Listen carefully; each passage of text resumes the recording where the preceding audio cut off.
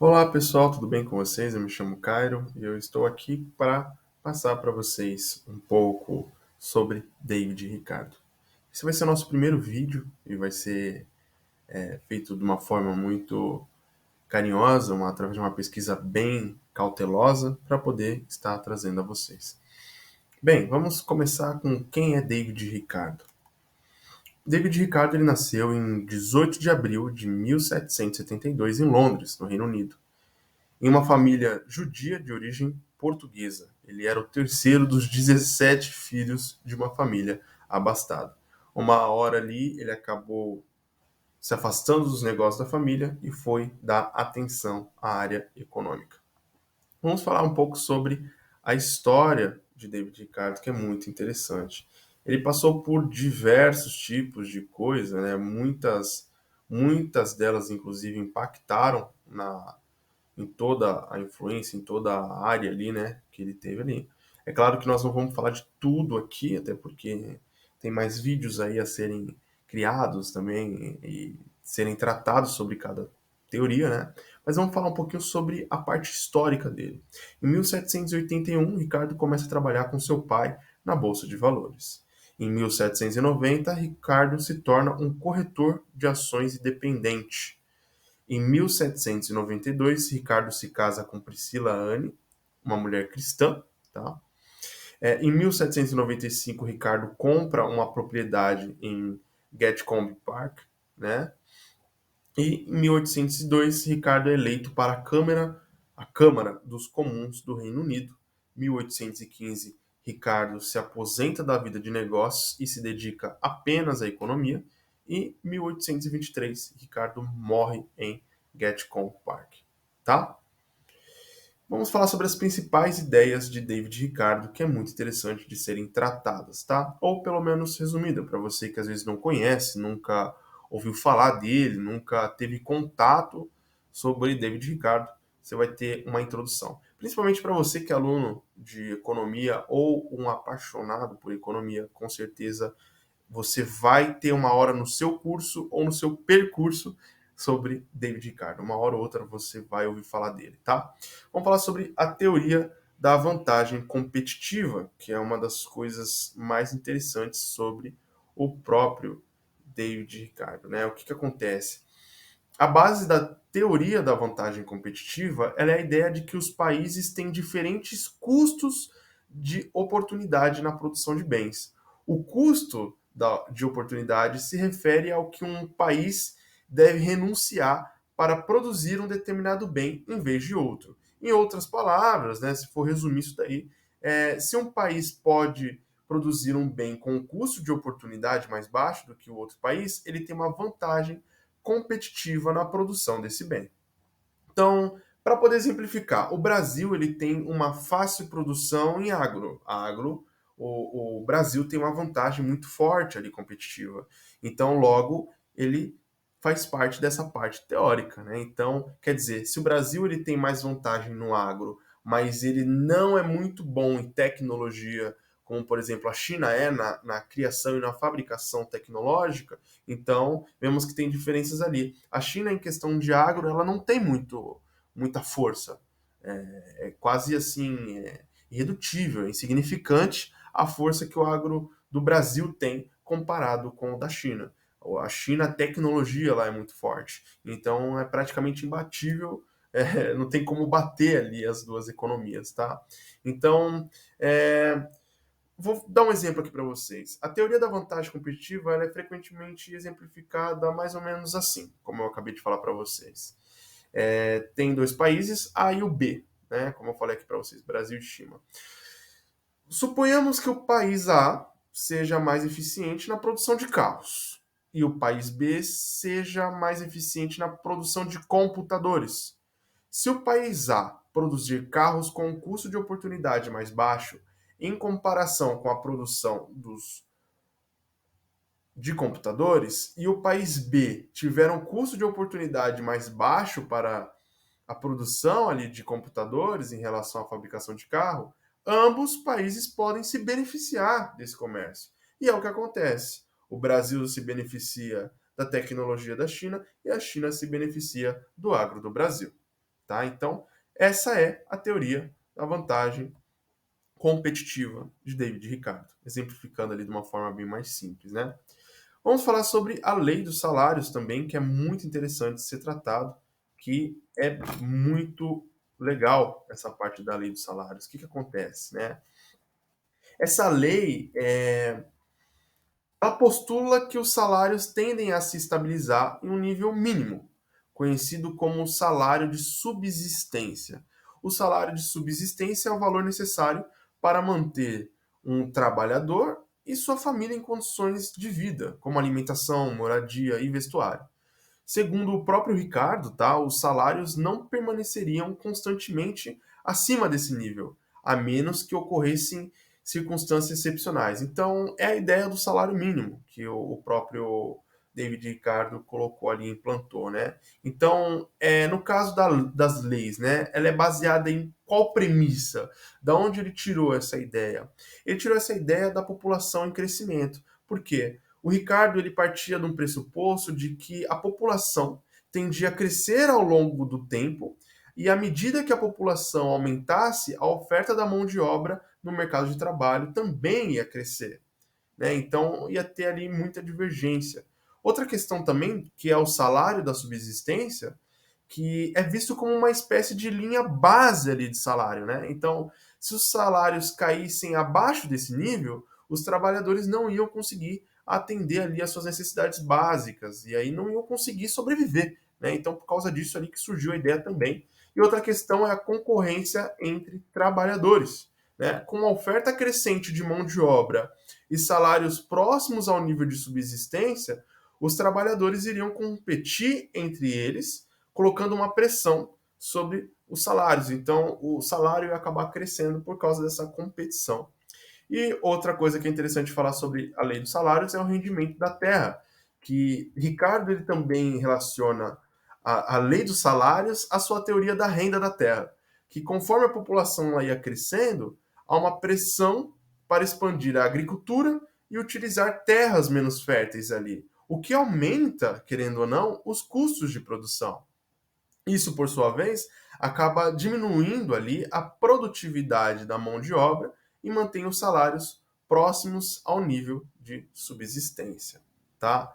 Então, é bem interessante. Lembrando que essa teoria que David Ricardo fez tem muito a ver ali com o materialismo histórico da época, tem muito a ver ali com a época que ele estava vivendo e muito revolucionário, inclusive na parte econômica, né? Vamos falar sobre a teoria da renda de terras que eu acabei de citar aqui com vocês, né?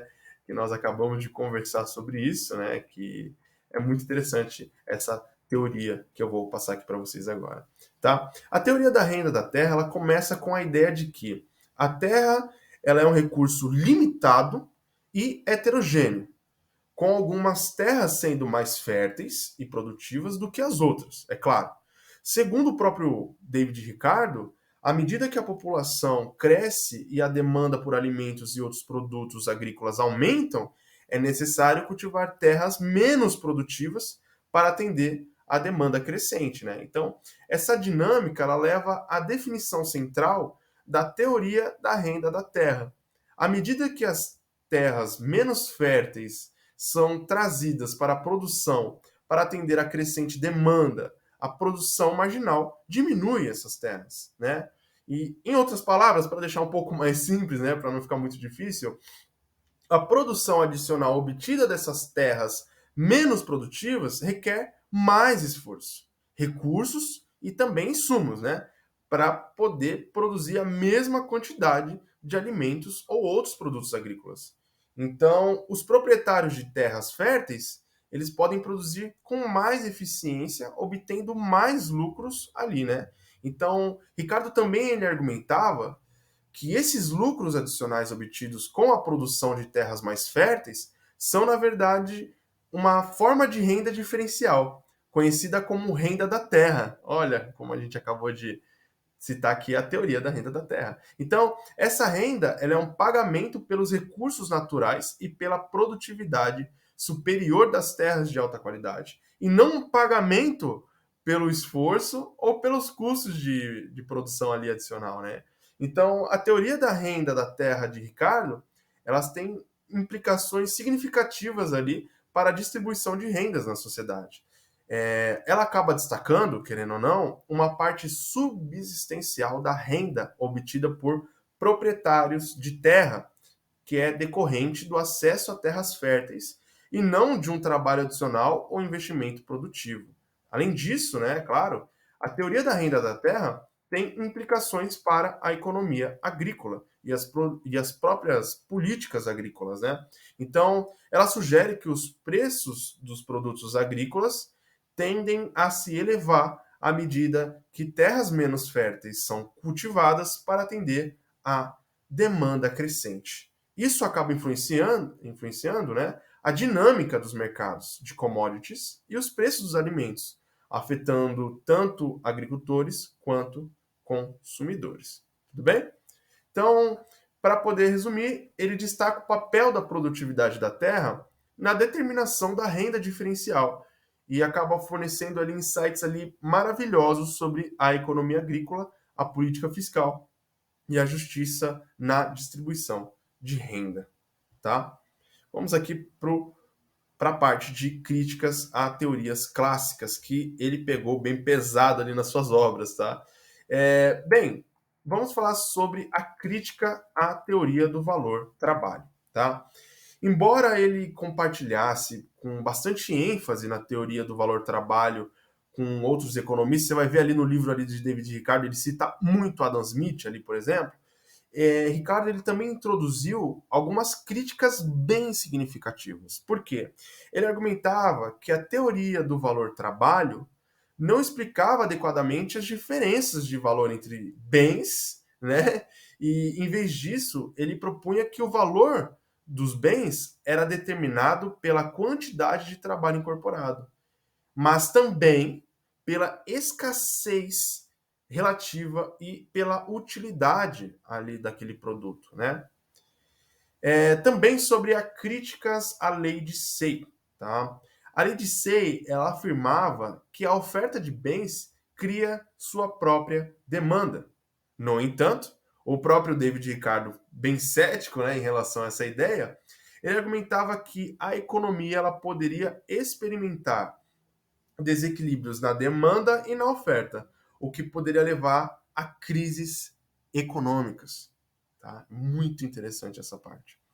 Vamos falar sobre as críticas à política de comércio livre incondicional. Tá? Enquanto muitos economistas clássicos ali da época, inclusive o próprio Adam Smith, né, como eu citei ali, eles eram muito afins, muito partidários ali do livre comércio sem restrições, né, sem ninguém intervir.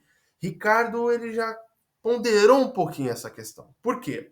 Ele reconheceu que em certos casos as indústrias nacionais elas poderiam precisar de proteção temporária contra a concorrência estrangeira para se desenvolver.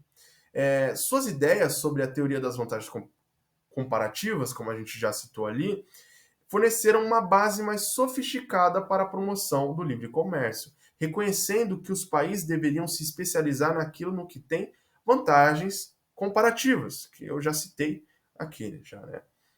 Vamos falar também sobre as críticas à taxação. Inclusive, o livro mais famoso de David Ricardo é, assim, disparado, ele fala bem firme ali com relação à taxação. Quais são as críticas que ele falava, né, sobre a taxação? Ele argumentou que a tributação era excessiva e injusta naquela época, tá? Porque ela poderia prejudicar o crescimento econômico e o bem-estar de toda a população. Ele era defensor da tributação sobre a renda da terra, como nós citamos quase agora essa teoria, em vez de tributos em cima do trabalho e do capital das pessoas. Então, ele acreditava que isso fosse mais eficiente e equitativo. Por quê? Se taxar só o capital e o trabalho, uma hora ou outra o rico vai continuar ali forte, né? Vai continuar ali firme. Já no caso, de acordo com o David Ricardo, tá deixando isso bem claro, toda essa taxação deveria ser em cima da terra, tá? Em cima das terras que a pessoa ali detinha. E vamos falar sobre as críticas à teoria do dinheiro como véu, que é muito interessante. Ricardo ele questionou que a visão de que o dinheiro era apenas um véu que cobria as transações ali na economia era bem complicada. Por quê?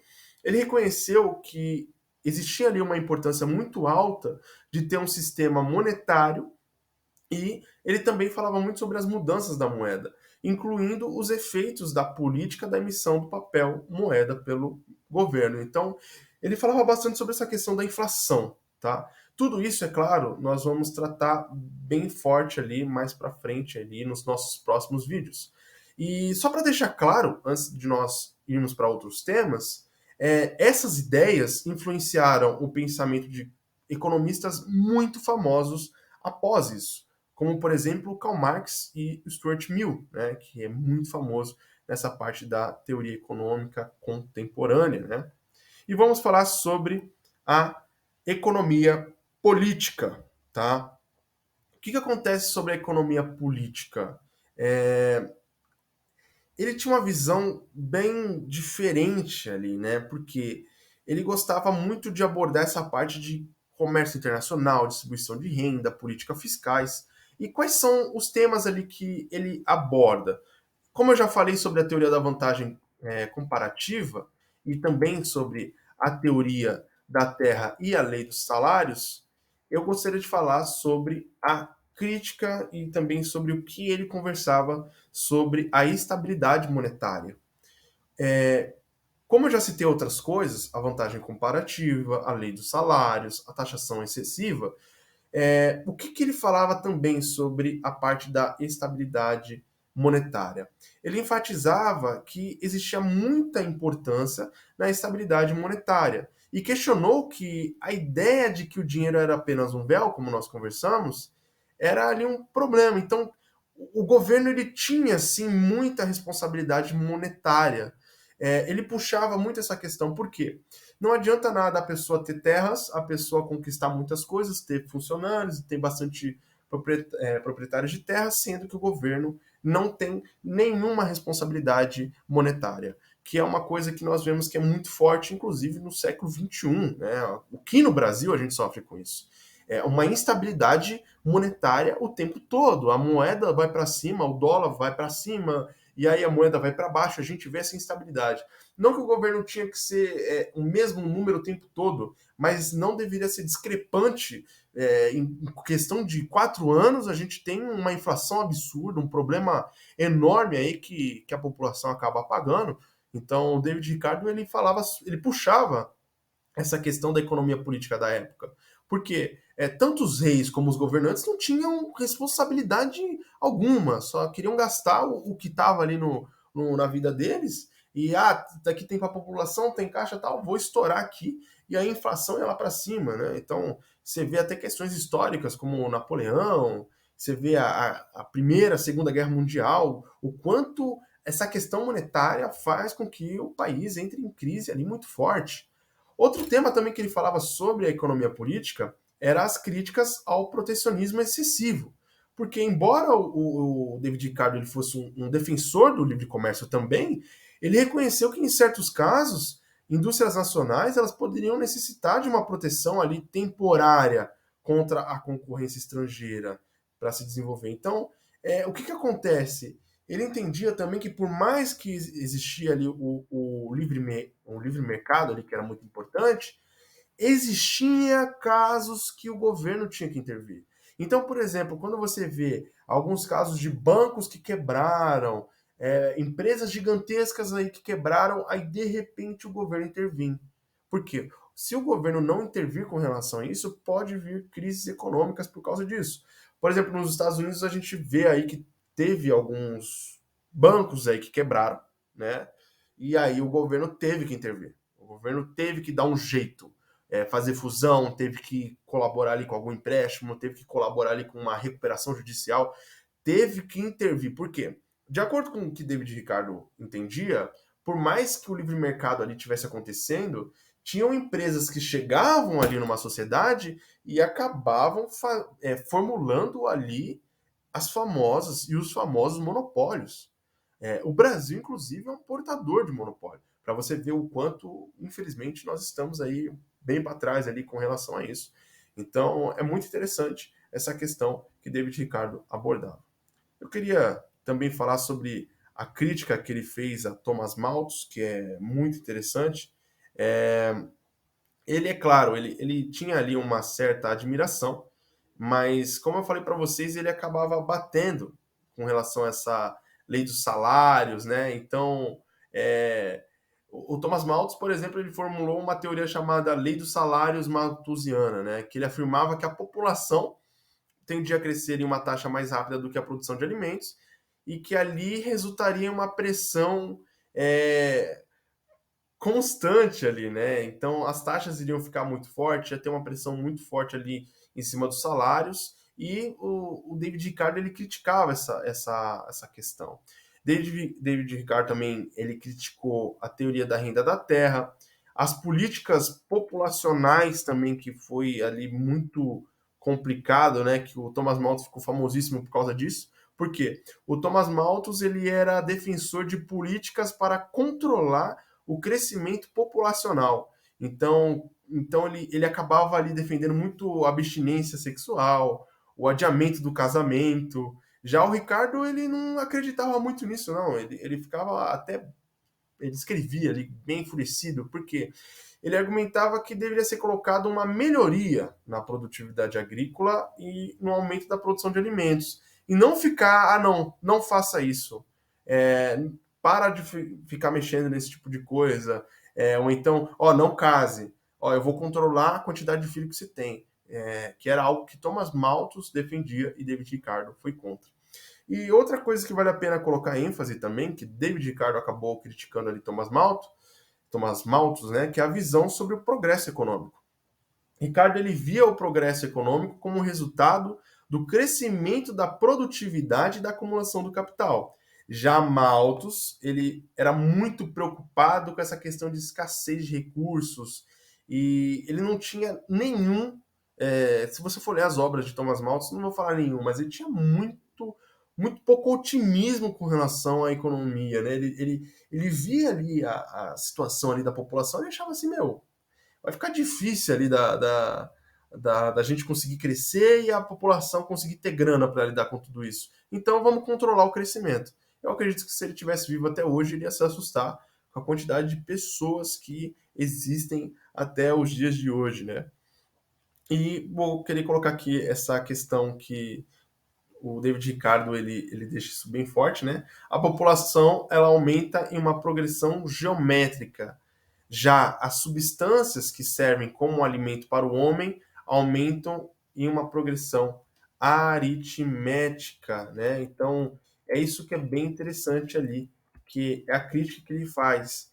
Então os recursos eles vão crescer de uma maneira que eles podem. Já o homem, vamos dizer ali, não tem limite, tá? É claro, tem muitas outras interpretações.